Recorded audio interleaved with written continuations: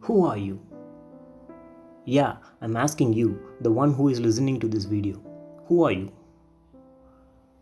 Well, don't give me your name. That's not you. Your parents gave that to you. It's nothing but a tag, you see. Mere words. Just complicated set of words. You can even change it. That don't make any difference.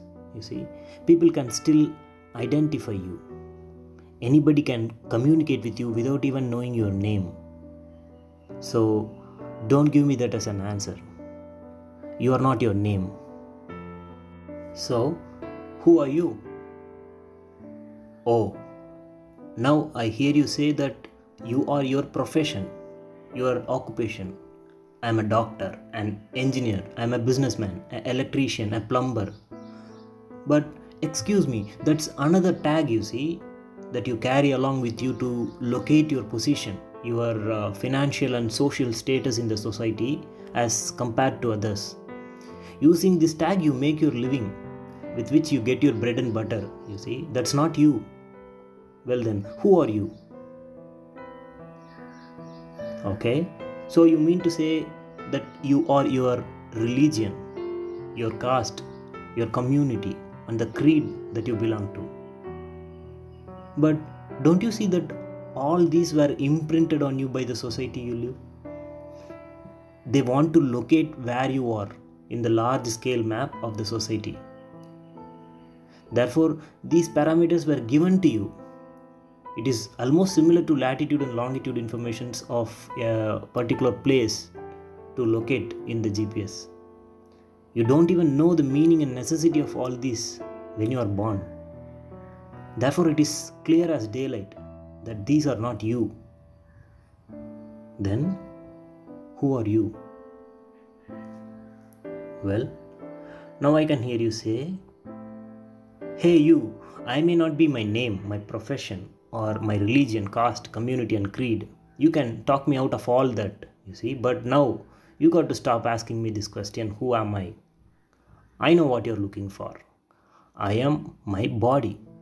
See, I have a head, two limbs, two legs, I got my genitals. See, I have these five senses. I can feel myself breathing. I can hear my heartbeat. I can feel the blood rushing through my veins. Okay, but let's go deep into this before concluding that you are your body. What is your body made of? You certainly will agree that you are not the same size now compared to the size when you are born, right? And you won't remain in the same size after a few more years. Your muscles start shrinking as you age. You know all that, right? If you understand the biology of your body, you will find that every cell in your body dies and new cells are generated at regular intervals. See, the cells are dying and are replaced with new cells all the time. It is a continuous process. We can even say the body which you carry now is not the same when compared to yesterday. Most of the cells are dead and are replaced. To be more precise, every one of us are getting a new body between every 7 to 10 years. Now it's crystal clear that you are not your body too. So then, who are you? Well, if you are not your name, your profession, your religion, your caste, your community, your creed, and even your body, what's left?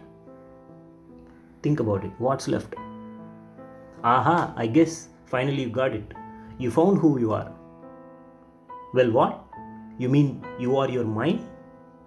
You see, let's get deep about mind, okay? What do you mean by mind? Where do you encounter a mind in you? Or, in other words, how do you know that you have a mind? Okay, you have the ability to think, and you are getting thoughts, and your mind is directing you in each and everything you do, isn't it? So, that's kind of convincing. So, shall we finally conclude that you are your mind at least? I'm sorry, you are not your mind. You have a mind. You have a mind. It's just a device or a gadget that you have. You see, you are not your mind. It's very simple, you see. Your mind consists of what? It consists of various concepts, ideas, beliefs, your likes and dislikes, etc. These things are, you have gathered these things during the course of your life, out of each and every experience you had in your life. Therefore, these concepts, ideas, and beliefs are not permanent, you see, to decide that you are your mind. Because your belief may change, your ideas and concepts may change at any moment in life based on your day-to-day experience. You see, once your experience changes, your beliefs and ideas may change. So, if you can really follow what we are discussing till now, you must be puzzled in knowing the fact that you are not what you think you are. You are not what the society told you. You are not even your body and the mind.